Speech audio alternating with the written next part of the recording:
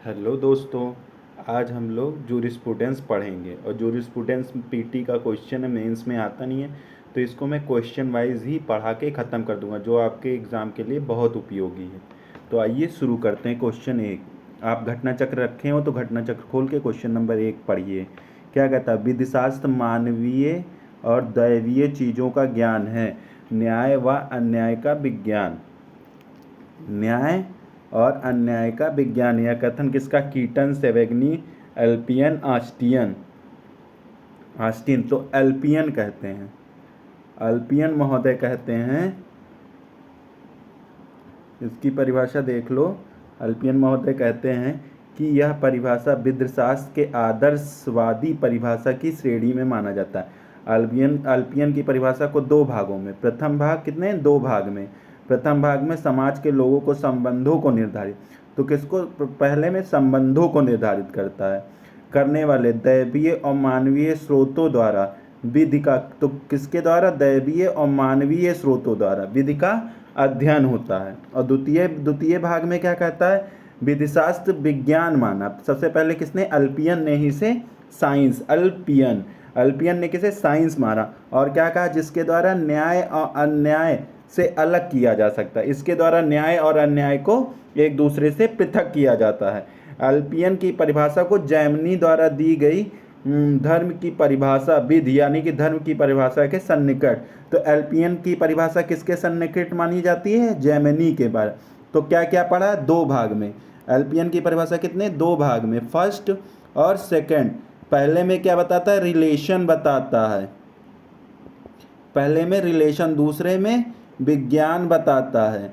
अन्याय और न्याय को अलग करने का विज्ञान है। और दूसरा क्या है? लोगों के बीच दैवीय और मानवीय स्रोतों के बीच के संबंधों को बताता है। और इसकी परिभाषा जैमिनी के निकट है। अब आप आ जाओ क्वेश्चन नंबर, आई होप ये समझ में आ गया होगा। अब आप आ जाओ क्वेश्चन सेकंड पे। विधिशास्त्र विधि का नेत्र है, विधिशास्त्र विधि का नेत्र है, मोस्ट इंपॉर्टेंट क्वेश्चन। ये किसने कहा है? लास्की ने कहा है। किसने कहा? लास्की ने कहा। विधिशास्त्र विधि का नेत्र है, विधिशास्त्र जिसके आधार पर हम विभिन्न विधियों को, नेत्र है तो कैसा नेत्र? जिससे हम क्या? विधि को समझ सकते हैं। वह विज्ञान जिसकी कसौटी पर हम विधियों को क्या कर सकते हैं? परख सकते हैं। और अनुसंधान मतलब रिसर्च कर सकते हैं, विधियों को परख सकते हैं। और नेत्र से देखोगे तभी तो परखोगे, और तभी तो उसका क्या? रिसर्च कर सकते हो विधियों का। तो किसने कहा? ये लास्की ने कहा। नंबर 3 आ जाओ। नियमों की व्यवस्था, विधिशास्त्र को किसने कहा? नियमों की व्यवस्था। नियमों की व्यवस्था किसने कहा है? हार्ट ने कहा। हार्ट अगर व्यवस्थित नहीं होगा, नियमों के अनुसार नहीं चलेगा तो हार्ट फेल। ऐसे याद कर लो कुछ भी बना के। नियमों की, विधिशास्त्र नियमों की व्यवस्था, ये किसने कहा? हार्ट महोदय ने कहा। HL हार्ट, ठीक है। हार्ट विश्लेषणात्मक शाखा, ये भी पूछता है किससे? विश्लेषणात्मक शाखा से। किससे? विश्लेषणात्मक शाखा से।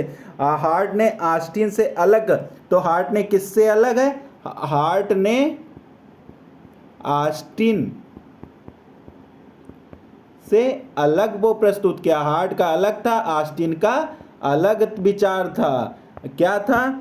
अलग विचार व्यक्ति हुए निश्चयात्मक विधि को न्याय तथा नैतिकता से पूर्ण रूप से अलग, मतलब न्याय को और नैतिकता को पूर्ण रूप से अलग नहीं किया जाता। ऑस्टिन कहता है न्याय और नैतिकता को अलग कर देना चाहिए, लेकिन जो हार्ट महोदय हैं वो कहते हैं न्याय और नैतिकता को अलग नहीं किया जा सकता है। नियमों की व्यवस्था कौन कहता है? हार्ट कहते हैं।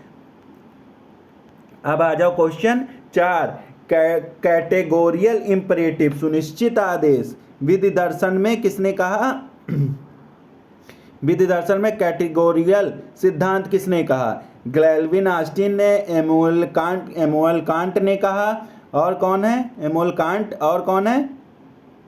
जूलियस स्टोन और CK एलन। तो ये किसको? एमुअल कांट ने कहा। क्या कांट ने कहा? कांट ने क्या कहा? कैटेगोरियल इंपरेटिव का सिद्धांत, ऐसे याद कर लो।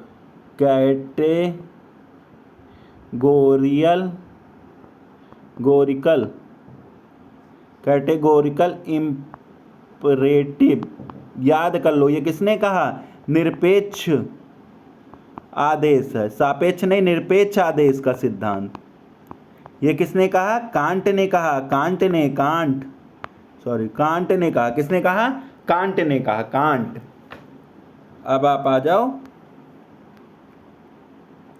अधिवक्ताओं की बहिर्मुखता है।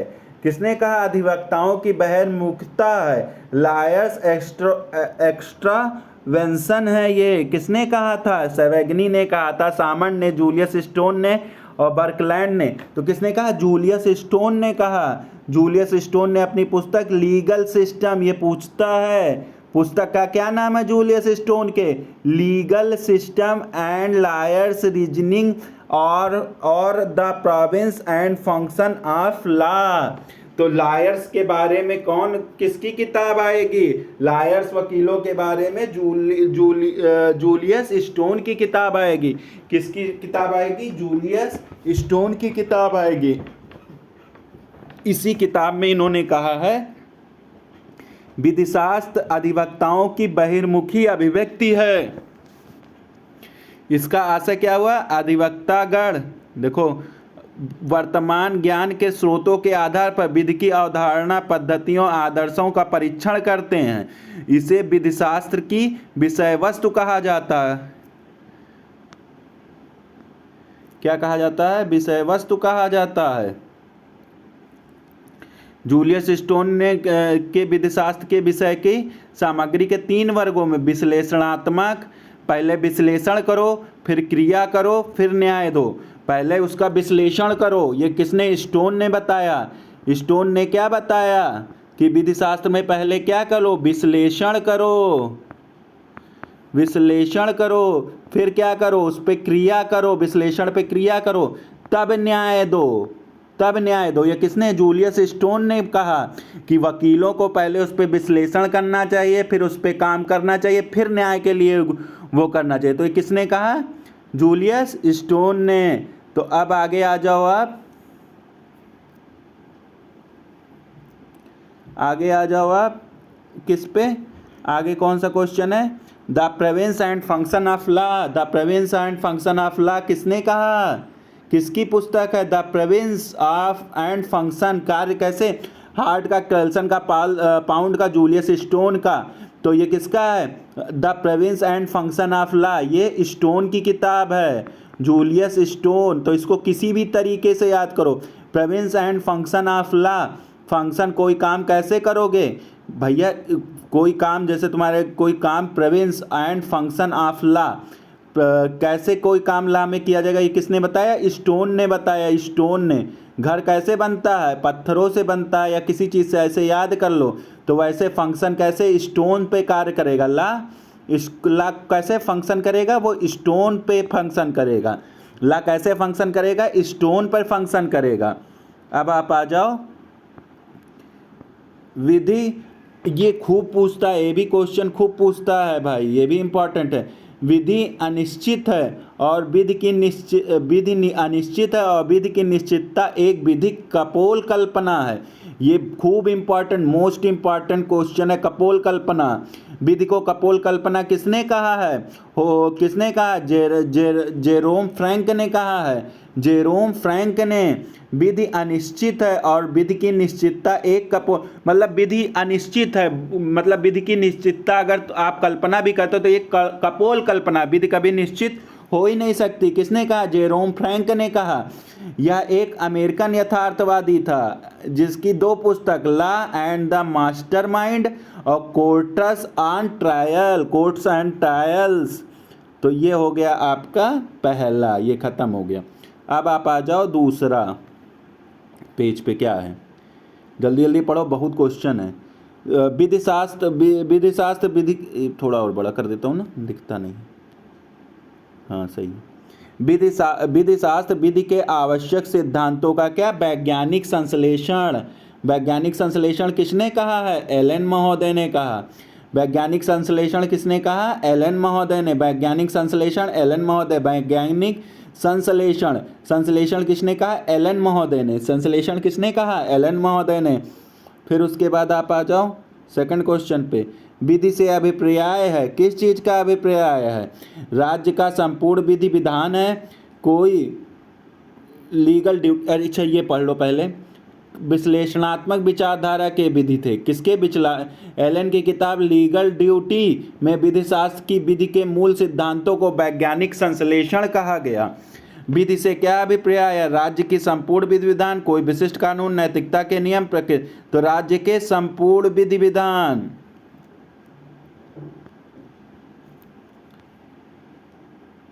राज्य के विधि से अभिप्राय है राज्य के संपूर्ण विधि विधान होता है, यह किसी विशिष्ट कानून तक सीमित नहीं होता है। वस्तुतः विधि के अंतर्गत स्वयं प्रत्यक्ष विधि और विधि का बल रखने वाले कोई अध्यादेश, आदेश, उपविधि, नियम, विनिमय, अधिसूचना, रूढ़ियाँ, प्रथाएं इत्यादि सम्मिलित माने जाते हैं। फिर आप आ जाओ नेक्स्ट क्वेश्चन पे।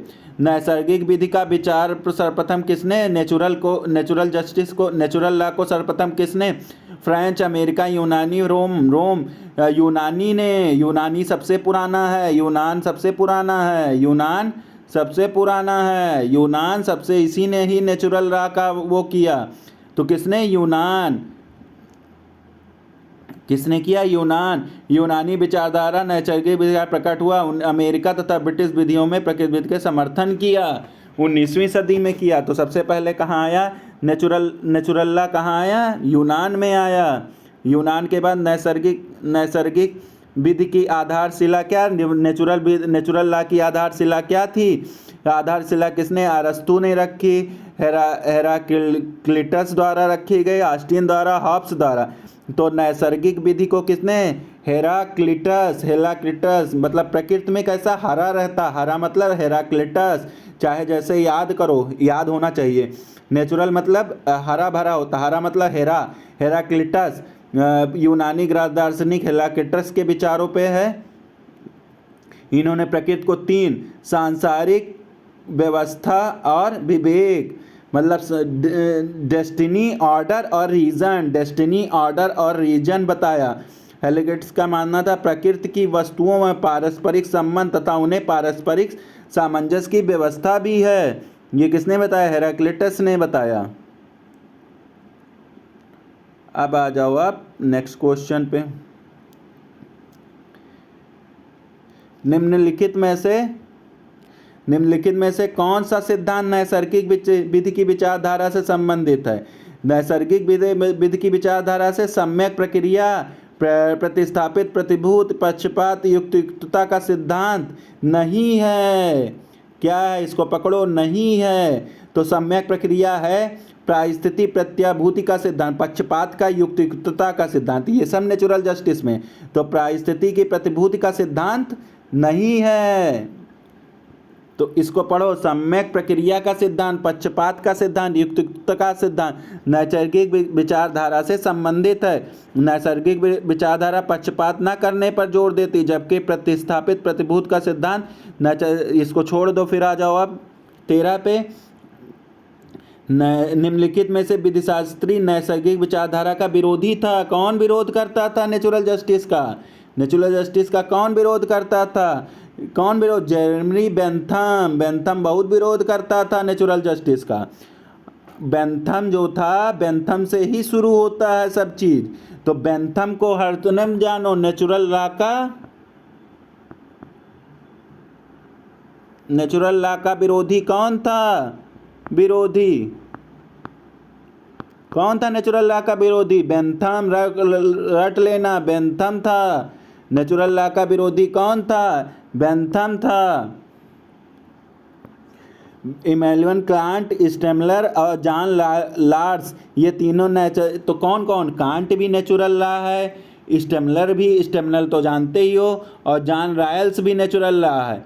और जबकि जेरेमी बेंथम विश्लेषणात्मक विचारधारा के वो विश्लेषण करते हैं। ऑस्टिन के विचारधारा तथा ये भी ऑस्टिन की भांति प्रकृति विधि के सिद्धांत का आलोचक। तो बेंथम और ऑस्टिन दोनों, बेंथम की ही विचारधारा को ऑस्टिन ने वो किया था। तो ऑस्टिन और बेंथम दूसरे कैटेगरी के हैं। इमैनुअल कांट, स्टेमलर और जॉन लॉर्ड्स ये नेचुरल लॉ के हैं। फिर आप आ जाओ निम्नलिखित में से नैसर्गिक विधि का आलोचक है। फिर पूछ लिया आलोचक तो व्यंतम मार देना। फिर आगे क्वेश्चन, निम्नलिखित में से कौन प्रकृति विधि विचारधारा के प्राचीन सिद्धांत से संबंधित है? तो किससे? प्राकृतिक विधि की विचारधारा से। Natural Aquinas, Kohler, Grotius. अरे यार ये क्या हो जाता है मोबाइल ये, अरे यार चलो भैया, हाँ कौन कौन पता नहीं क्या हो जाता, छोड़ो। प्रकृति विचारधारा के प्राचीन सिद्धांत से संबंधित एविग्नास, कोहलर, ग्रोसियस, सुकरात। तो प्राचीन सिद्धांत से कौन? सुकरात बहुत पुराना था, सुकरात बहुत पुराना था, प्राचीन सिद्धांत से संबंधित है सुकरात। सुकरात किससे है? चलता ही नहीं पेनी, सुकरात। तो सुकरात से याद कर लेना। फिर उसके बाद आ जाओ आप,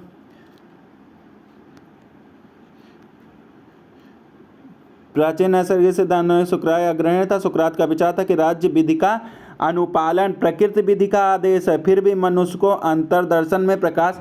तो सुकरात भी प्राचीन सिद्धांत से संबंधित, प्रकृति विधि की विचारधारा से प्राचीन वाले से कौन? सुकरात संबंधित है। अब आ जाओ आप तीसरे पे,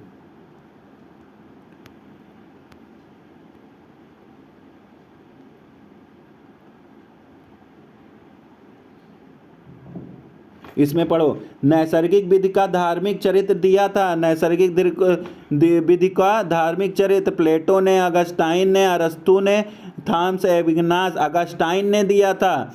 नैसर्गिक विधि का धार्मिक चरित्र किसने दिया था? नैसर्गिक विधि को धार्मिक चरित्र किसने दिया था? अगस्टाइन ने दिया था। किसने दिया? अगस्टाइन ने दिया। किसने दिया? अगस्टाइन ने दिया। संत अगस्टाइन के अनुसार नैसर्गिक विधि मनुष्य पर लागू किए जाने वाले ईश्वरीय आदेश है। नैसर्गिक विधि दैवीय विधि है, विधि का एक अलिखित विधि है। यह विवेक की विधि है जो ताम्र तथा स्तंभों पर अंकित नहीं है, बल्कि यह नैतिक युक्त विवेक है जिसके समस्त विश्व अनुशासित होता है। अंधकार युग में नैसर्गिक को एक नया विवेचना दिया गया। ये किसने किया? अगस्टाइन ने ही। नैसर्गिक विधि को दैवीय, उससे धार्मिक, उससे किसने जोड़ा? अगस्टाइन ने जोड़ा। किसने जोड़ा? अगस्टाइन ने जोड़ा। किसने जोड़ा? अगस्टाइन ने जोड़ा। तो अंधकार युग में नैसर्गिक विधि को एक नया विवेचना दिया। किसने दिया? संत अगस्टाइन ने। प्रकृति विधि मनुष्य की प्रकृति तथा समाज में रहने वाले उनके आंतरिक आवश्यकताओं पर आधारित है। वह किसने कहा? ग्रोसियस ने, हाब्स ने, लाक ने, रूसो ने। तो ग्रोसियस, हाब्स, लाक, रूसो तो एक ही उसके विचारधारा के थे। इन्होंने किसने? यूगो ग्रोसियस ने कहा। ग्रोसियस का विचार क्या था कि राज्य द्वारा निर्मित विधियों में के अतिरिक्त मनुष्य अपनी आंतरिक आवश्यकताओं की पूर्ति के लिए कुछ नियमों की संकल्पना कर सकता है, जिसको प्रकृति विधि का आधार का प्रदान मान सकता है। मतलब मनुष्य अपने लिए भी कोई विधि का निर्माण का ग्रोसियस कहता है। ग्रोसियस क्या कहता है कि आप विधि का निर्माण कर सकते हैं। कैसे विधि का निर्माण करेंगे? और उसको किसके? नेचुरल लॉ के अधीन समझा जाएगा। उसको कैसे विधि का निर्माण करेंगे? नेचुरल लॉ को आधार बना के करेंगे। नेचुरल लॉ को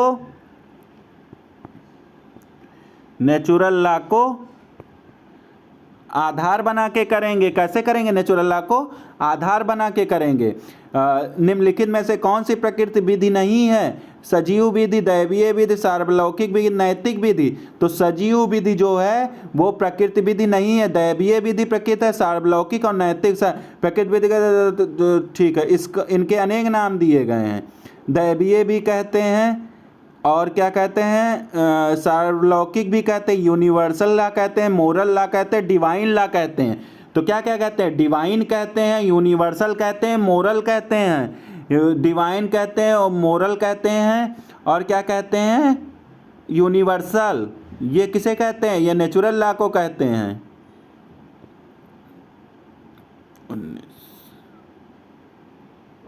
विवेकशील नाम से संबंधित किया गया। ठीक है, छोड़ दो। 19वीं शताब्दी में प्रकृति विधि के सिद्धांत को पुनर्जीवन के श्रेय किसने दिया? किसने दिया भैया? इसको दिया स्टेमलर ने। कहा स्टेमलर ने क्या किया? पुनः जीवित किया। किसको? नेचुरल लॉ को। स्टेमलर ने नेचुरल लॉ को किसने वो किया? स्टेमलर का बहुत बड़ा योगदान नेचुरल लॉ में है। 19वीं शताब्दी के 20वें में नेचुरल लॉ थ्योरी का पुनर्जीवित करने का श्रेय नेचुरल लॉ को स्टेमलर को जाता है। स्टेमलर ने पुनर्जीवित किया इसको, नेचुरल लॉ को। अब आप आ जाओ, जब प्रकृति विधि निरपेक्ष के रूप में नहीं समझी जा सकती अपितु सापेक्ष के रूप में समझी जाती है। यह प्रकृति विधि परिवर्तनीय अंतर्वस्तु के साथ या विचार विशेष रूप से संबंधित है स्टेमलर से। जो निरपेक्ष जहाँ आ जाए, स्टेमलर ने क्या कहा? प्रकृति विधि परिवर्तनीय अंतर्वस्तु के साथ होती है। अपनी महत्वपूर्ण कृति द थ्योरी ऑफ जस्टिस में, द थ्योरी ऑफ जस्टिस किसका? स्टेमलर का है। अब आप आ जाओ, टेकिंग राइट्स सीरियसली पुस्तक के लेखक कौन है? टेकिंग राइट सीरियसली पुस्तक के लेखक डार्विन है। डार्विन है 1977 में लिखी थी। फिर आ जाओ आप नेक्स्ट पेज पे।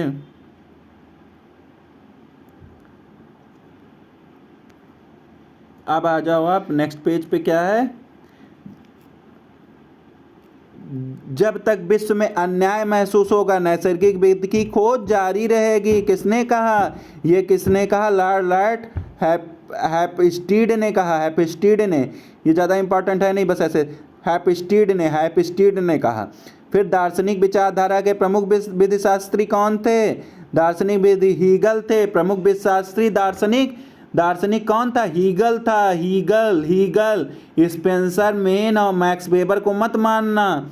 ये ऐतिहासिक विचारधारा, हीगल दार्शनिक तथा ऐतिहासिक विचारधारा, हेनरी मैन ऐतिहासिक शाखा का विद्वान और मैक्स वेबर हार्ट स्पेंसर समाजशास्त्री थे।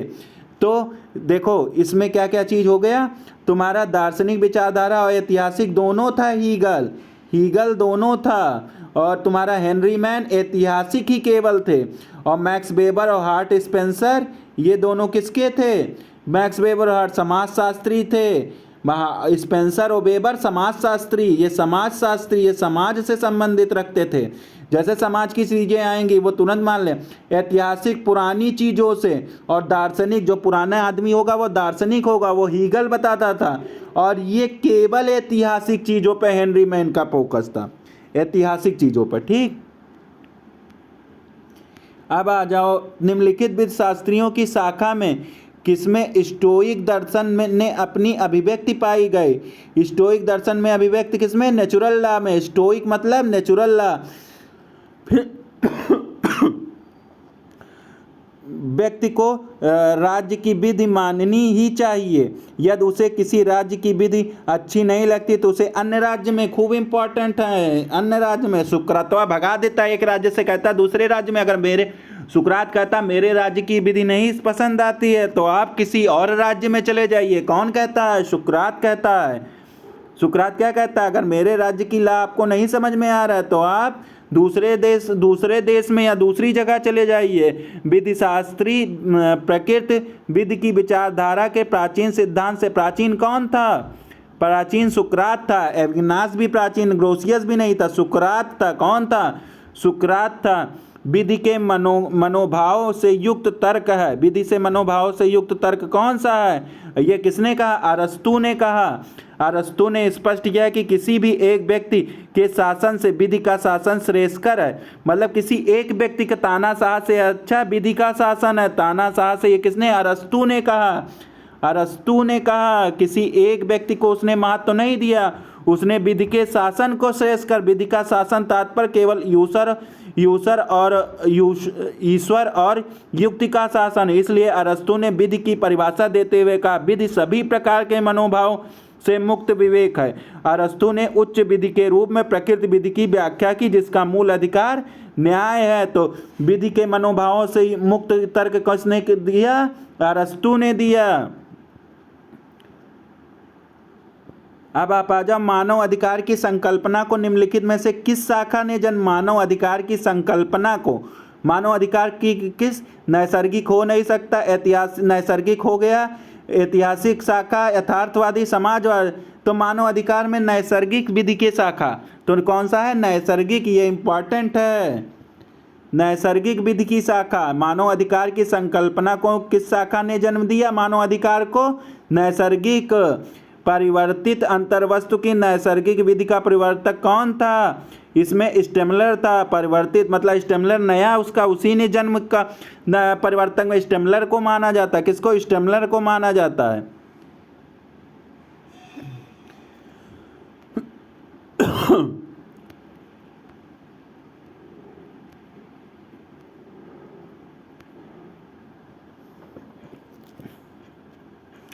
स्टेमलर ने विधि को दो भागों में विभाजित कर दिया, वास्तविक विधि और वास्तविक नैतिकता, सकारात्मक विधि और नकारात्मक विधि के विचार और विधि की संकल्पना। किसमें? दो भागों में बांटा, विधि की विचार और विधि की संकल्पना। दो भागों में बांटा, विधि का विचार और विधि की संकल्पना। स्टेमलर ने दो भागों में बांटा, विधि का विचार और विधि की संकल्पना में। इसको किसने? थ्योरी ऑफ जस्टिस पूछता है। द थ्योरी ऑफ जस्टिस किसकी पुस्तक है? स्टेमलर की पुस्तक है। खूब पूछता है, इसको अंडरलाइन कर लेना। द थ्योरी ऑफ जस्टिस किसकी है? स्टेमलर की है। The theory of justice Stammler की है। संकल्पना में बांटा और विचार में बांटा। संकल्पना में और विचार में, विचार और संकल्पना, विचार और संकल्पना, विचार और संकल्पना में विभाजित किया।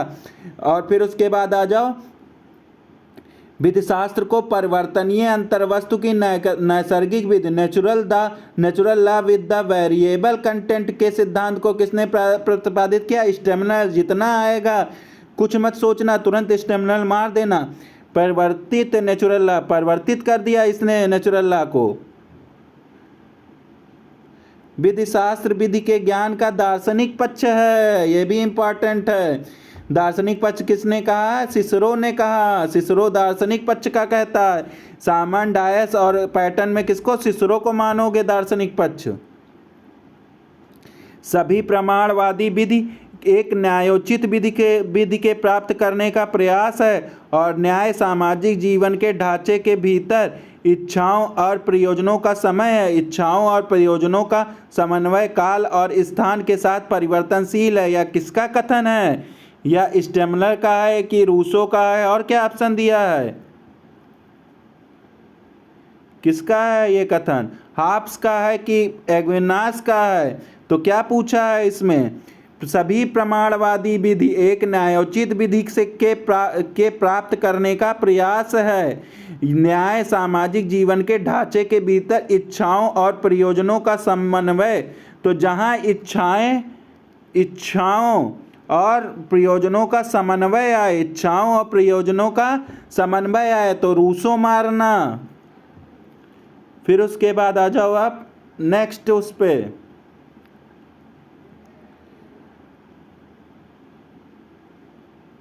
पे, किसने प्रमाणवाद की आधुनिक अर्थ की नींव रखी? प्रमाणवाद की आधुनिक अर्थ में नींव रखी। किसने रखी? बेंथम ने रखी। बेंथम, तो बेंथम ही प्रमाणवाद का वो है, प्रमाण कहा, प्रमाण प्रस्तुत। बेंथम बहुत बुद्धिमान था, बेंथम ही था जिसने प्रमाण के आधार पर विधि और नैतिकता में भिन्नताएं विद्यमान होती हैं। विधि का तर्क, साक्ष्य और परीक्षण होता है। इसी ने कहा साक्ष्य से साबित करो। किसने कहा? बेंथम ने कहा। ये याद कर लो, बेंथम ने ही कहा साक्ष्य के द्वारा अपराध को साबित करो। यानी कि वो प्रमाण मांगता। बेंथम प्रमाण के आधार पे मुकदमा को, नेचुरल जस्टिस के आधार पे नहीं, उसको प्रमाण चाहिए। प्रमाण के आधार पे मुकदमों को निर्धारित करने के लिए कहा। अब आप आ जाओ नेक्स्ट क्या कहता है कि प्रकृति ने मानव को सुख एवं दुख के साम्राज्य के अधीन कर रखा है। तो किसने कहा? प्रकृति ने। प्रकृति ने क्या किया? सुख और दुख के अधीन रखा। ये भी किसने कहा? बेंथम ने कहा। देखो पढ़ो, विधि की विश्लेषणात्मक शाखा के प्रवर्तक में एक ब्रिटिश विधिशास्त्री बेंथम ने नैतिक और राजनीतिक दोनों क्षेत्रों में उपयोगितावादी सिद्धांत को लागू किया। बेंथम ने उपयोगिता को सुख का पर्यायवाची मानते हुए उसे अधिकतम व्यक्तियों के अधिकतम सुख पर आधारित किया। उन्होंने कहा प्रकृति ने मानव को सुख और दुख इन दोनों शक्तियों के साम्राज्य के अधीन रखा है। ये किसने कहा? बेंथम। थ्योरी ऑफ लेजिस्लेशन खूब पूछता है, most important. Theory of legislation कौन पूछती है? किताब किसकी है? खूब पूछता है भैया, बेंथम की थ्योरी। इसको मैं लिख भी दे रहा हूँ, थ्योरी ऑफ लेजिस्लेशन। ये किसकी किताब है? ये बुक किसकी है? ये बेंथम की किताब का नाम है, बेंथम।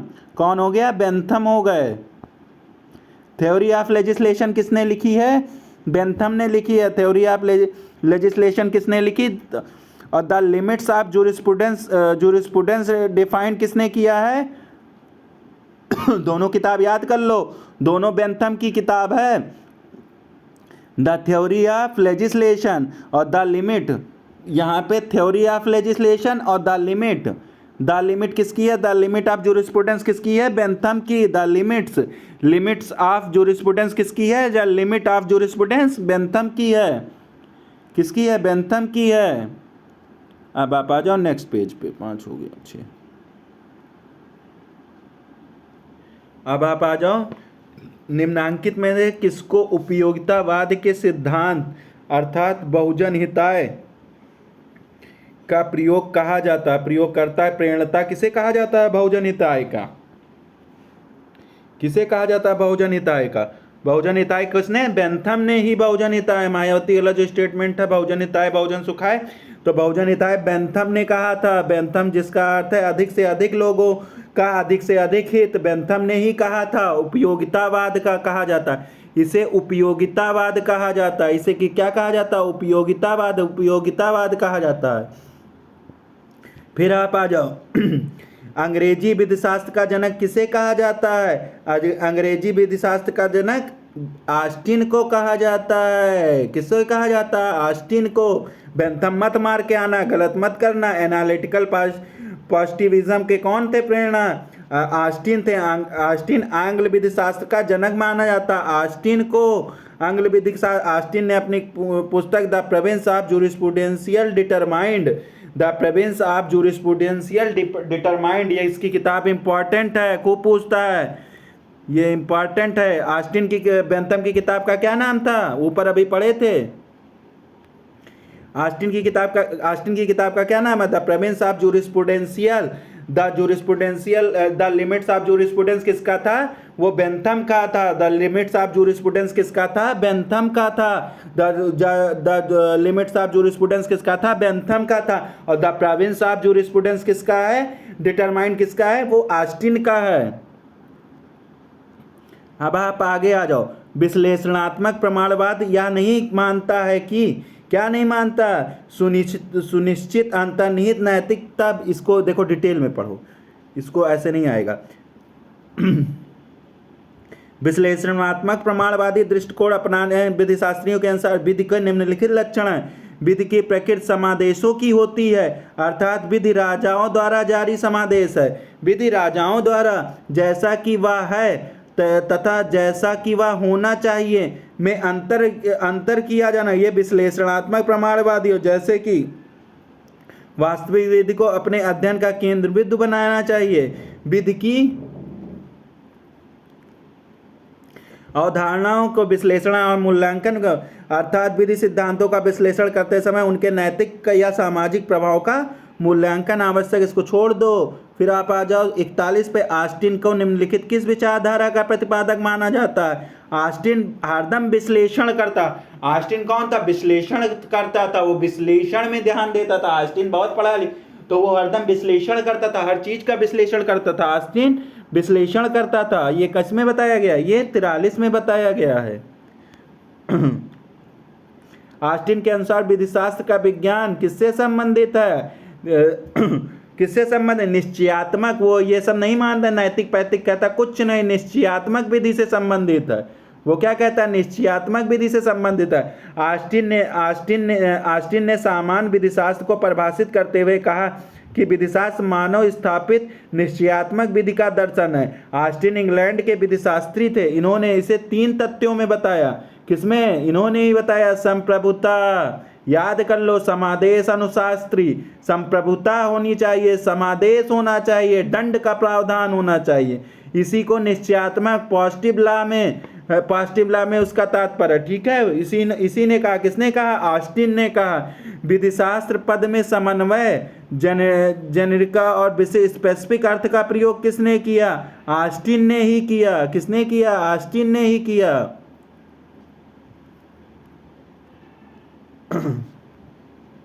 इसको दोहरवा दूं, खत्म कर दूं, 100 क्वेश्चन आज करा दूंगा।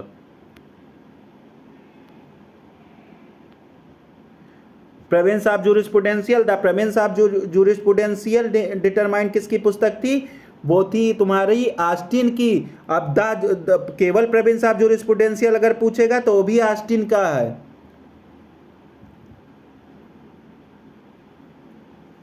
ठीक है, द प्रेवेंस ऑफ जूरिस्प्रूडेंशियल किसका? ऑस्टिन का। ये पढ़ चुके हो, इसको छोड़ दो।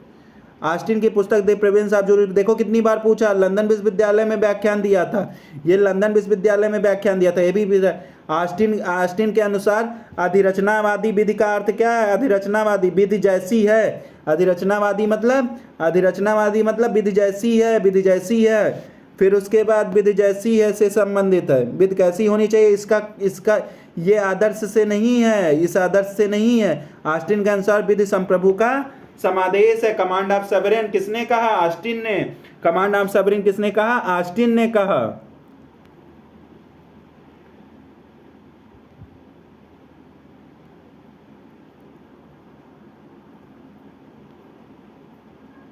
छोड़ दो एक गोपालन, इसको ऐसे पढ़ लो कि जो इसमें जरूरी है वो पढ़ लो। एक गोपालन के मामले में अनुच्छेद 21 में निहित विधि द्वारा स्थापित प्रक्रिया का आशय क्या है? जो विधि द्वारा निर्धारित हो, भले ही युक्त ना हो, निर्णित क्या अधिरचनात्मवादी दृष्टिकोण के अंतर्गत है। इसको भी छोड़ दो, आगे आ जाओ। ऑस्टिन के अनुसार संप्रभुता की विशेषता होती है, सकारात्मक नकारात्मक दोनों हो सकती है। कोई जरूरी नहीं कि न्यायालय कैसा, मतलब संप्रभु राजा कैसा कानून सकारात्मक नकारात्मक दोनों बना सकता है। ऑस्टिन के अनुसार संप्रभुता के लिए सकारात्मक नकारात्मक दोनों लक्षण का होना तथा ये लक्षण साथ साथ विद्यमान होने चाहिए। सकारात्मक पहलू यह है कि उस संप्रभु के आदेश का पालन समाज के बहुसंख्यक वर्ग आदतन करते हो। नकारात्मक पहलू क्या है? नकारात्मक पहलू यह है कि स्वयं प्रभु किसी आदेशों के अनुपालन का आदी नहीं होगा। फिर आप आ जाओ ऑस्टिन की संप्रभुता की अवधारणा क्या है? किस व्यक्ति के विचारों से प्रभावित था? ऑस्टिन किससे प्रभावित था? ऑस्टिन हाब्स से। ऑस्टिन की प्रभुता की अवधारणा निम्न से किस व्यक्ति के विचारों से? ऑस्टिन की संप्रभुता की अवधारणा हाब्स के विचारधारों से। किसके?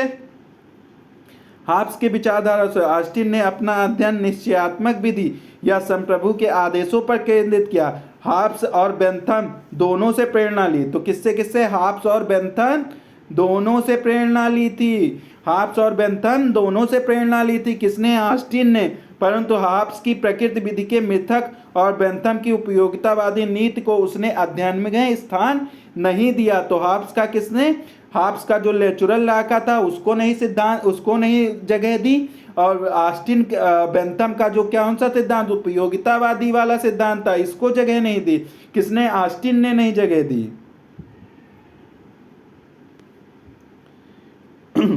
उचित रूप से की जाने वाली विधि, अनुचित रूप से कही जाने वाली विधि में किसने अंतर बताया? उचित और अनुचित में किसने अंतर बताया? उचित और अनुचित में किसने अंतर उचित और अनुचित में अंतर किसने बताया? किसने बताया उचित और अनुचित में अंतर? ऑस्टिन ने 2 भागों में बताया। ऑस्टिन ने उचित रूप से कही जाने वाली विधि और उचित रूप। ये किसने? उचित रूप से कही जाने वाली विधि 2 भागों में, ईश्वरीय विधि और मानवीय विधि। और मानवीय विधि जो संप्रभु के सामान्य समादेशों के रूप में आती है वही निश्चयात्मक विधि है। पुनः अनुचित रूप से कही जाने वाली विधि 2 भागों में है, सदृश मूल दृश्य। इसको छोड़ दो। अनुचित, उचित और अनुचित किसने? ऑस्टिन। याद कर लो इसको, छोटा छोटा याद करो तो भूल जाओगे।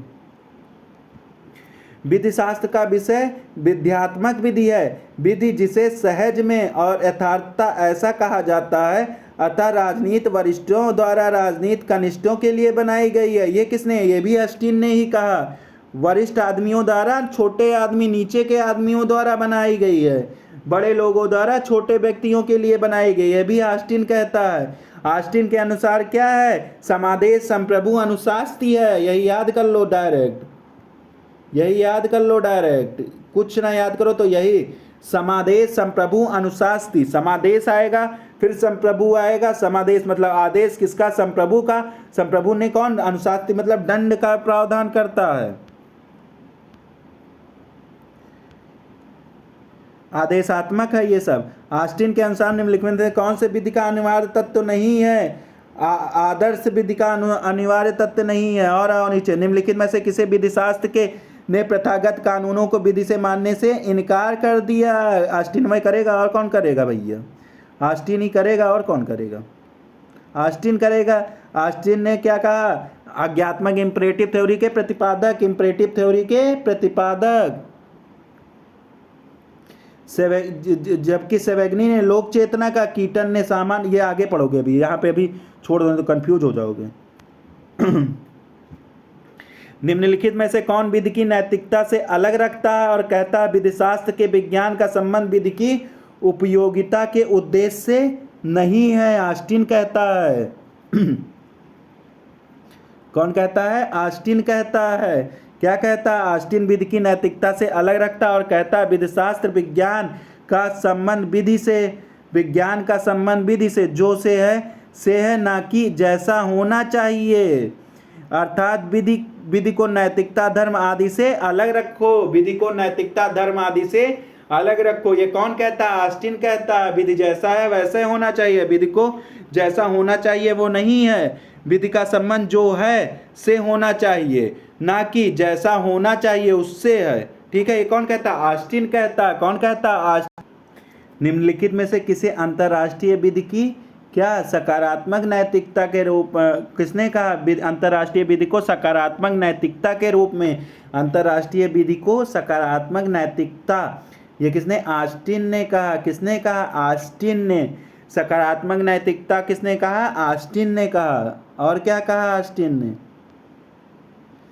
The Indian constitution corner stone a nation पुस्तक किसकी है? ये भी देख लो भैया। The Indian constitution corner of nation पुस्तक किसकी है? ब्रोनियल ऑस्टिन। ऑस्टिन की किताब है। ठीक है, अब देखो नेक्स्ट पेज पे आ जाओ।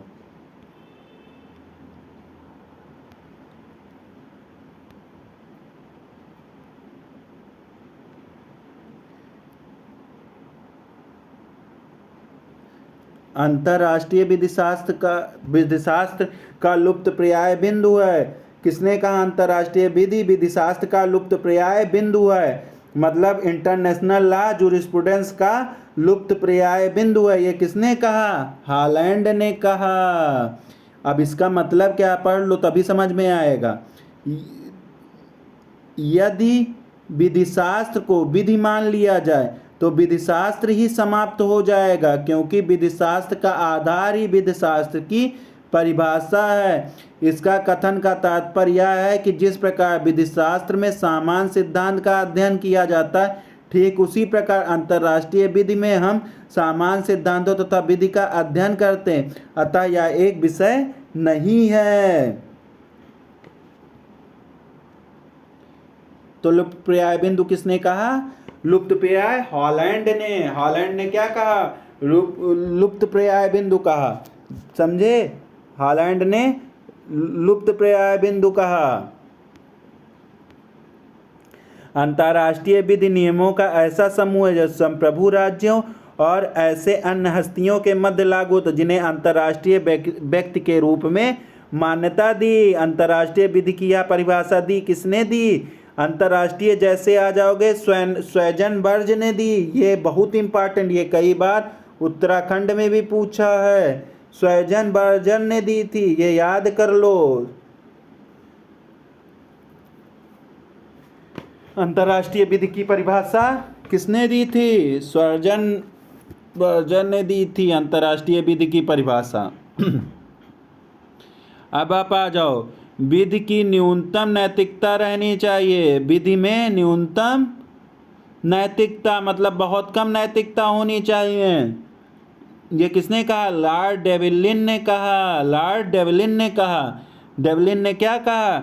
डेविलिन ने कहा विधि में न्यूनतम नैतिकता रहनी चाहिए। प्रमाणवादी विचारक हार्ट के अनुसार विधि एवं नैतिकता में घनिष्ठ, हार्ट क्या कहता है? घनिष्ठ संबंध है। हार्ट क्या कहता है? विधि और नैतिकता में घनिष्ठ संबंध है। प्रकृति विधि के शासक के विधिशास्त्री लॉन फुल्लर का कथन है कि नैतिक मूल्य सामाजिक व्यवस्थाओं के अनुसार परिवर्तन आता है, ये अनम्य है। तो डार्विक ने हार्ट के विधि संबंधी अवधारणा की आलोचना की। तो इसमें कौन हो जाएगा? डेविलिन हो जाएंगे। विधि में हार्ट और फुल्लर विवाद किससे संबंधित है? हार्ट और फुल्लर विवाद खूब पूछता है भैया, याद कर लेना। विधि और नैतिकता, हार्ट और फुल्लर किससे? विधि और नैतिकता। कहते हैं नैतिकता, विधि और नैतिकता विवाद किससे संबंधित? विधि और नैतिकता से। फुल्लर विधि तथा नैतिकता को संगामी। फुल्लर क्या कहता है? विधि और नैतिकता को संगामी बताता है। हार्ट के अनुसार क्या कहता है? विधि और नैतिकता में कोई संबंध नहीं है। हार्ट बहुत सख्त आदमी, वो कहता है विधि और नैतिकता कुछ नहीं, केवल विधि को मानो। और फुल्लर कहता है विधि तथा नैतिकता संगामी है। फुल्लर नैतिकता की पुष्टि के बिना विधि को प्रभावी मानता है।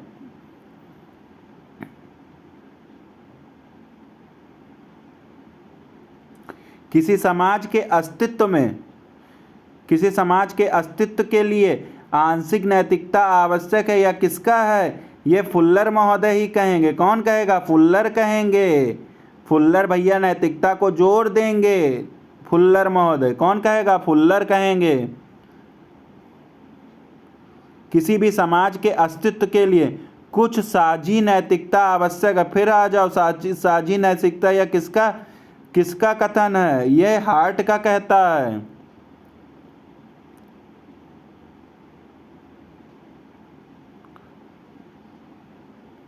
देखो, फुल्लर विधि में प्रकृति विचार, फुल्लर नैतिकता के समर्थक है। और फुल्लर के अनुसार केवल आंतरिक नैतिकता ही नहीं, कुछ साझी नैतिकता। ये कुछ की बात करता कौन? जैसे कुछ आ जाएगा वैसे कौन? हार्ट मार देना। जैसे कुछ आ जाएगा क्या मार देना? हार्ट। किसने कहा कि ऑस्टिन विधिशास्त्र में ताड़ का वृक्ष है? भैया ये खूब पूछता है, ताड़ का वृक्ष किसने कहा?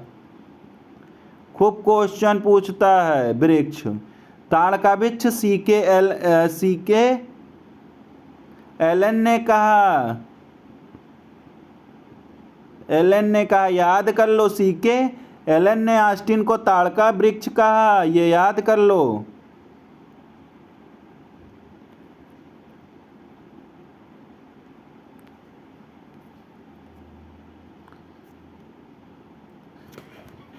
ऑस्टिन की विश्लेषणात्मक विचारधारा को कौन आदेशात्मक विचारधारा कहना पसंद करता? आदेश कहता है, विश्लेषणात्मक नहीं। आदेश कौन कहता है? सीके एलन कहता है। सीके एलन ऑस्टिन को बहुत मानता है। ऑस्टिन को कहता है वो जो विश्लेषणात्मक विचारधारा, वो आदेश मानो उसे। क्या मानो? आदेश। ऑस्टिन की विश्लेषण समर्थन किया और इसे संप्रभु का तत्व विद्यमान तो प्रभावित होकर उसने क्या कहा? सीके एलन ने आदेशात्मक विचारधारा। तो ऑस्टिन को कौन ताड़ का वृक्ष, कौन उसके विश्लेषणात्मक को उसका आदेश मान देता है? जो विश्लेषणात्मक वो विधि कहते हैं, वो कहते नहीं है ऑस्टिन का आदेश मानो, आदेशात्मक विधि मानो। कौन कहता है? सीके एलन कहते हैं। फिर ऑस्टिन का सिद्धांत वृत्तिकीय कारणों और विधि है क्योंकि यह संप्रभु द्वारा बनाई गई है। संप्रभु है क्योंकि वह विधि बनाता है। यह मत किसका है? यह मत बर्कलैंड का है। यह मत बर्कलैंड का है। यह मत किसका? बर्कलैंड का है। ऑस्टिन के विधि सिद्धांतों के संबंध में बर्कलैंड ने कहा कि ऑस्टिन का सिद्धांत वृत्तिकीय कारणीय है, विधि है क्योंकि यह संप्रभु द्वारा बनाए गए। संप्रभु है क्योंकि वह विधि बनाता है। बर्कलैंड की प्रमुख पुस्तक द रिफ्लेक्शन ऑफ जूरिस्प्रूडेंस। फिर आ जाओ, विधिशास्त्र ऑस्टिन को से एक कदम आगे माना जाता है। ऑस्टिन से एक कदम आगे किसे माना जाता है? केल्सन को। केल्सन आगे है किससे? ऑस्टिन से। ऑस्टिन से एक कदम आगे कौन है? केल्सन है। केल्सन है ऑस्टिन से एक कदम आगे। ये खूब पूछता है, इसको देख लो। ऑस्टिन के विश्लेषणात्मक सिद्धांत के चरम प्रणेता कौन? केल्सन। केल्सन ने कौन सा? विधि के विद्युत सिद्धांत, विशुद्ध सिद्धांत निकाला, जिसने केल्सन ने ऑस्टिन की कमियों को दूर किया। किसने ऑस्टिन की कमियों को दूर किया? केल्सन। ऑस्टिन की कमियों को केल्सन ने दूर किया। केल्सन को ऑस्टिन से एक कदम आगे माना जाता है। केल्सन तथा उसके समर्थकों को विधि की वियना शाखा के नाम से संबोधित किया जाता है। केल्सन का विधि संबंधी विशुद्ध सिद्धांत कार्टावली रिव्यू में प्रकाशित किया गया था। इसको छोड़ दो, फिर आ जाओ। किसने कहा? विधि मानकों का विज्ञान है। विधि मानकों का विज्ञान, मानक के आधार पर केल्सन ही कहता है।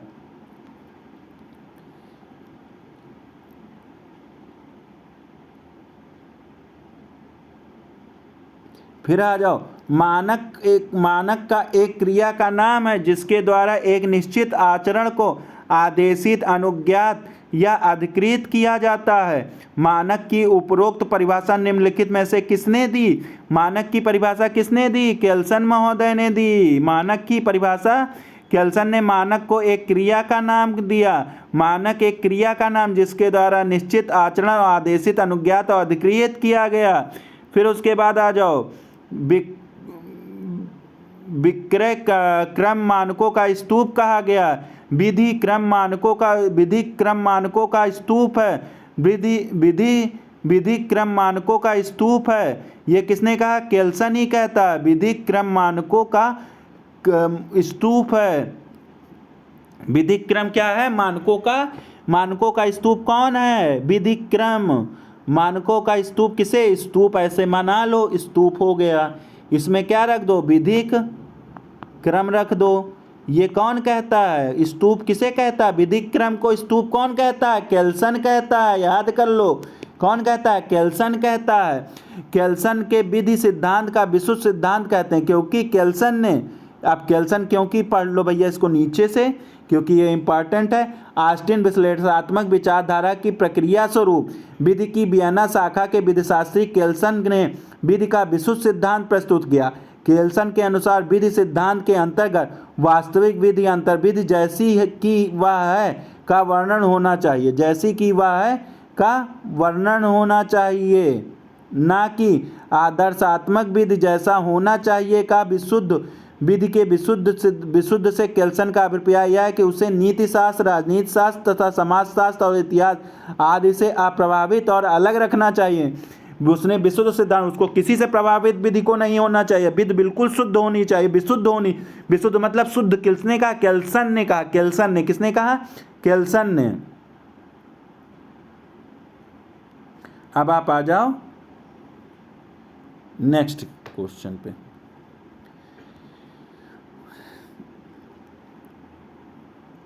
किसने कहा था कि विधि सिद्धांतों को नीति शास्त्र, राजनीति शास्त्र, समाजशास्त्र, ये पढ़ चुके हो। केल्सन ही कहेगा। विधि को मनोवैज्ञानिक तत्व से हीन समादेश के रूप में परिभाषित किया। किसने? केल्सन। मनोवैज्ञानिक तत्व से हीन समादेश के रूप में कौन करता है? केल्सन ही करेगा। और कौन करेगा? निम्नलिखित में से किसने यह कहा? विधिशास्त्र रचनात्मक विधि का रीतिबद्ध विज्ञान है। रीतिबद्ध विज्ञान हालैंड कहता है। विधिशास्त्र को रचनात्मक विधिशास्त्र का रीतिबद्ध हालैंड कहता है। पढ़ लो इसके बारे में। हालैंड के अनुसार विधिशास्त्र वास्तविक विधि का औपचारिक विज्ञान है। जूरिस्प्रूडेंस इज ए फॉर्मल, ये पूछता है, jurisprudence is a formal science of positive law. Formal science of positive law Holland का है। विधि के प्रति व्यवहारिक दृष्टिकोण अपनाते हुए हालैंड ने विधिशास्त्र को प्रचलित नियमों, विचारों और तथा सुधारों से संबंधित शास्त्र माना है। हालैंड ने कहा विधिशास्त्र भौतिक नियमों के बजाय विधि के नियमों पर शासित होने वाले मानवीय व्यवहारों से संबंध है। व्यवहारों से संबंध के मानवीय व्यवहारों से संबंध हालैंड बताता है। ये 3 श्रेणियों में व्यक्तिगत विधि, लोक विधि, अंतर्राष्ट्रीय विधि को मान्य करता है। व्यक्ति पर्सनल लॉ को, लोकल लॉ को और इंटरनेशनल लॉ को। तो कौन कहता है ये तीनों लॉ? पर्सनल, लोकल और इंटरनेशनल। ये कौन कहता है? ये हालैंड कहता है। ये याद कर लो, ये कौन कहता है? हालैंड महोदय कहते हैं। फिर आप आ जाओ किसका मत है कि समस्त विधि संग्रह को अधिनियमित विधि के रूप में बदलने की प्रक्रिया को संहिताकरण किसने कहा? सामंड ने। अब संहिताकरण संहिताकरण कहते हैं सामंड के समस्त विधि संग्रह को अधिनियमित विधि के रूप में बदलने की प्रक्रिया को संहिताकरण कोडिफाइड कौन लेके आया कि उसे कोडिफाइड कहना चाहिए? ये किसने कहा? सामंड ने कहा। किसने कहा कोडिफाइड? सामंड महोदय ने कहा।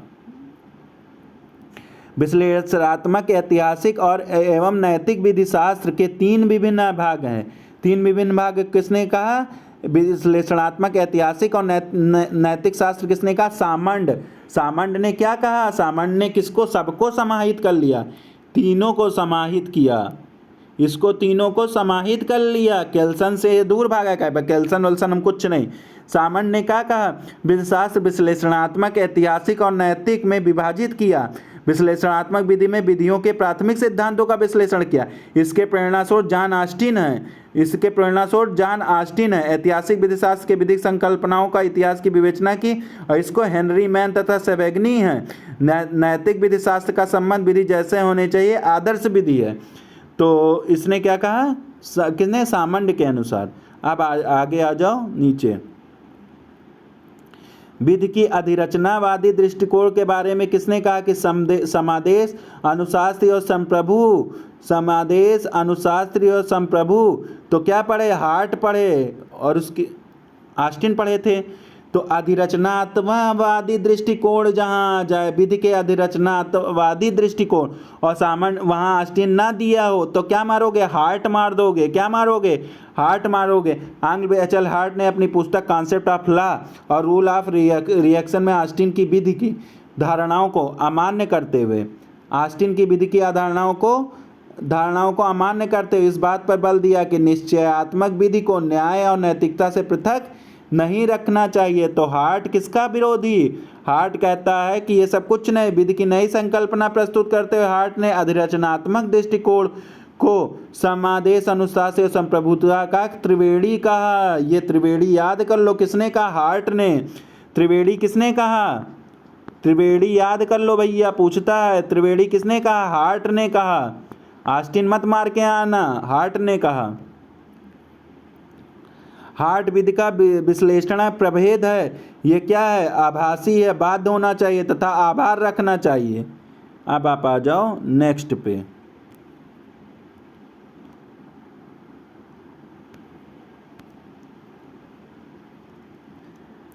द कॉन्सेप्ट ऑफ लॉ किसका है? The concept of law heart का है। The concept of law heart का है। कॉन्सेप्ट ऑफ लॉ किसका है? हार्ट का है। कॉन्सेप्ट ऑफ लॉ नामक पुस्तक लेखक एच.एल. हार्ट का। इसके अतिरिक्त हार्ट ने रूल ऑफ रिएक्शन और सेपरेशन ऑफ एंड मोरल्स नामक पुस्तक ली।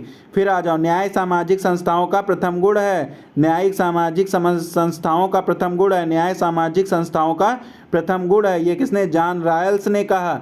जॉन रायल्स ने कहा। अब आ जाओ। और अब थ्योरी ऑफ जस्टिस किसकी किताब है? Theory of justice John Rawls की। Theory of justice John Rawls की है। विश्लेषणात्मक प्रमाणवाद स्कूल का से संबंधित कौन नहीं है? विश्लेषणात्मक से कौन संबंधित नहीं है? तो रोनाल्ड डार्विन नहीं संबंधित, ऑस्टिन, केल्सन और एच.एल. हार्ट सब संबंधित है। तीनों हैं। कौन है? तीनों संबंधित हैं। ये भी।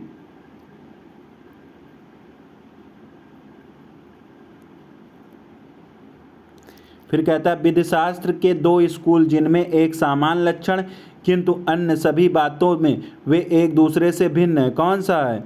विश्लेषणात्मक स्कूल और ऐतिहासिक स्कूल। विश्लेषणात्मक स्कूल तथा ऐतिहासिक स्कूल दोनों विचारधाराओं ने प्रकृत विधि का विरोध किया। प्रकृत विधि का विरोध किसने किया? विधि का विरोध कौन कौन से 2 स्कूल ने किया? एक विश्लेषणात्मक और एक ऐतिहासिक। इन्होंने क्या किया? विरोध किया। दोनों यह मानते थे विधि मानव द्वारा निर्मित है। दोनों क्या? विश्लेषणात्मक और ऐतिहासिक क्या मानते थे? मानव द्वारा निर्मित है, ना कि ये है। अन्य सभी बातों में वे एक दूसरे से भिन्न थे। तो केवल इसमें प्रकृत विधि का विरोध करते थे कि वो मानव द्वारा इस पे समान थे।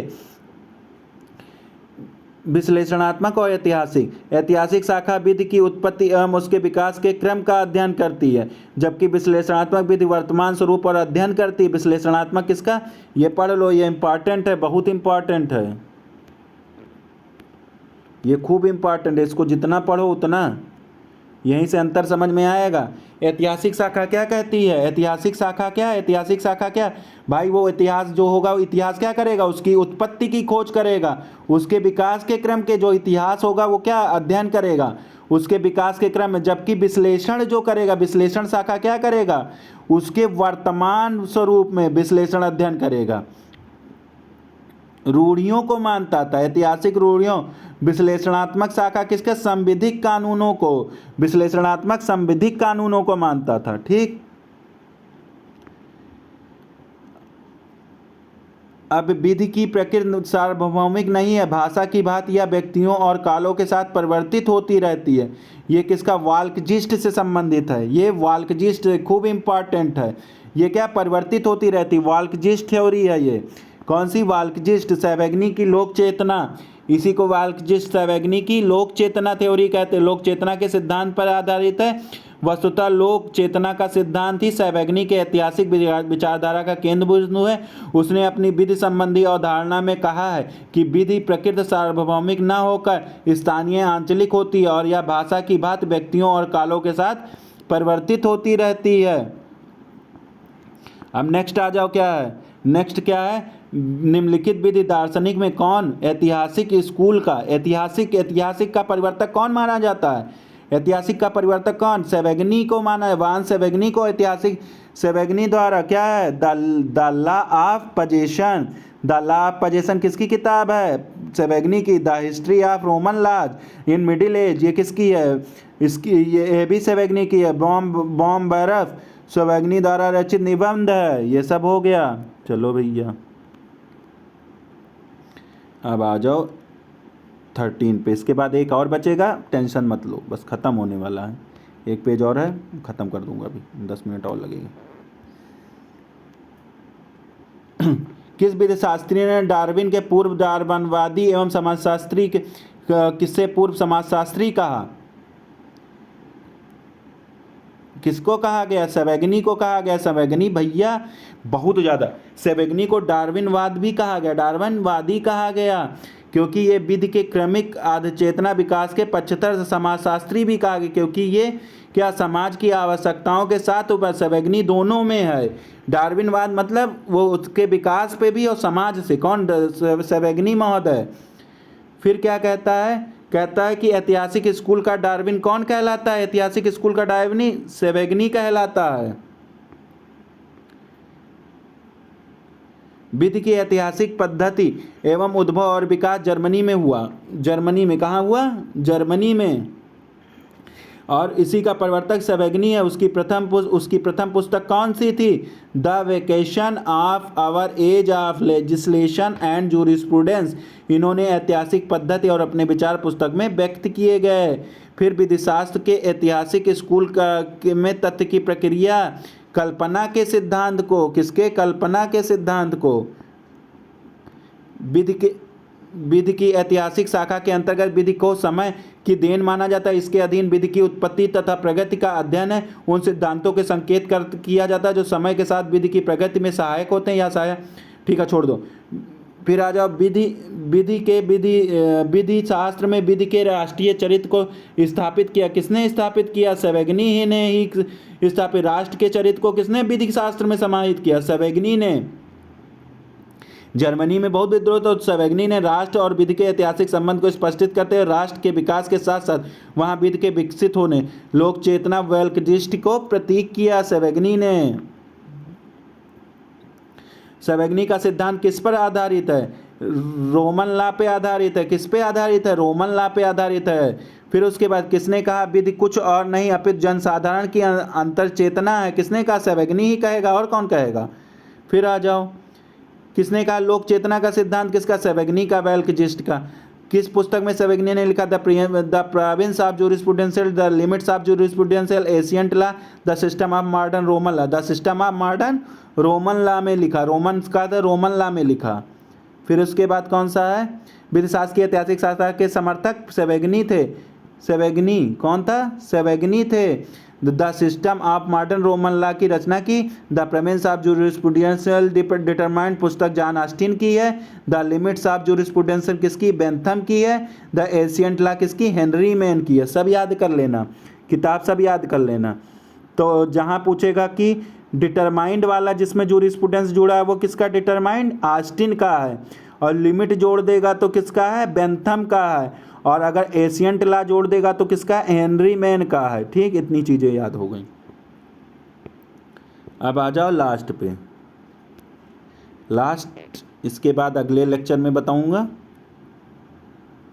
अब आ जाओ, निम्नलिखित में से कौन से एक इस विचारधारा से जुड़ी हुई है कि विधि पाई जाती बनाई नहीं, विधि पाई जाती बनाई नहीं। कौन सी विचारधारा? ऐतिहासिक विचारधारा। विधि पाई नहीं, ऐतिहासिक ही कहेगा ना। विधि पाई नहीं बनाई जाती है, विधि पाई जाती है बनाई नहीं, पाई जाती है, ऐतिहासिक ही कहेगा ना। छोड़ दो इसको। फिर विधि राष्ट्र के साथ पैदा होती है, उसी के साथ बढ़ती है, उसी के साथ विघटित हो जाती है। राष्ट्र जैसे आ जाएगा, कौन मारोगे? सेवेगनी मार देना। फिर आ जाओ आगे। विधि व्यक्तियों के विकास के साथ विकसित होती है, उनकी शक्तियों के साथ सशक्त तथा राष्ट्र की राष्ट्रीयता के साथ। सेवेगनी महोदय आ जाओ, इसको भी छोड़ दो। अरे सॉरी। फिर आ जाओ, ऐतिहासिक शाखा से संबंधित कौन है? ऐतिहासिक शाखा हेनरी मैन। आ जाओ, ऐतिहासिक शाखा हेनरी मैन। आ जाओ, इसका क्वेश्चन पढ़ लो। हीगल विधि के आदर्शवादी ऐतिहासिक व्याख्या से जुड़े। हीगल के विधिशास्त्री दर्शन शास्त्री विचारधाराओं के स्थान है। दूसरी तरफ ऐतिहासिक विचारधारा में भी स्थान प्राप्त किया। सर हेनरी मैन ऐतिहासिक विचारधारा के प्रमुख विधिशास्त्री हैं या सर्वोत्तम उत्तर हेनरी मैन है। अब आ जाओ, निम्नलिखित विचार ऐतिहासिक विचारधारा से संबंधित नहीं है। कौन ऐतिहासिक विचारधारा से नहीं संबंधित? अगस्त काम्टे ऐतिहासिक नहीं, वो नेचुरल जस्टिस से आता है। और हेनरी मैन पुस्ता और सेवेगनी कौन? ऐतिहासिक से संबंधित हैं। फिर कौन कहता है ऐतिहासिक स्कूल से संबंधित नहीं था? कौन? यह हीगल सेवेगनी मैन दोनों ऐतिहासिक से संबंधित थे। फिर आ जाओ, ऐतिहासिक शाखा का नहीं है। कौन नहीं है? ऐतिहासिक शाखा का बेंथम नहीं है, ये सब जानते हो। सर्वप्रथम विधि का तुल्यात्मक अध्ययन किस विधि शास्त्री ने? तुल्यात्मक अध्ययन किसने किया? हेनरी मैन ने। तुलनात्मक अध्ययन किसने किया? अध्ययन किसने किया? हेनरी मैन ने किया। ठीक, ओके। 100 क्वेश्चन हो गए। अब अगले लेक्चर में हम आपको विधिशास्त्र को 2 लेक्चर और लगेगा, मैं पूरा विधिशास्त्र जो घटना चक्र में दिया है वो ख़त्म कर दूंगा। Thank you. अच्छा लगा तो लाइक कर दीजिए, सब्सक्राइब कर दीजिए।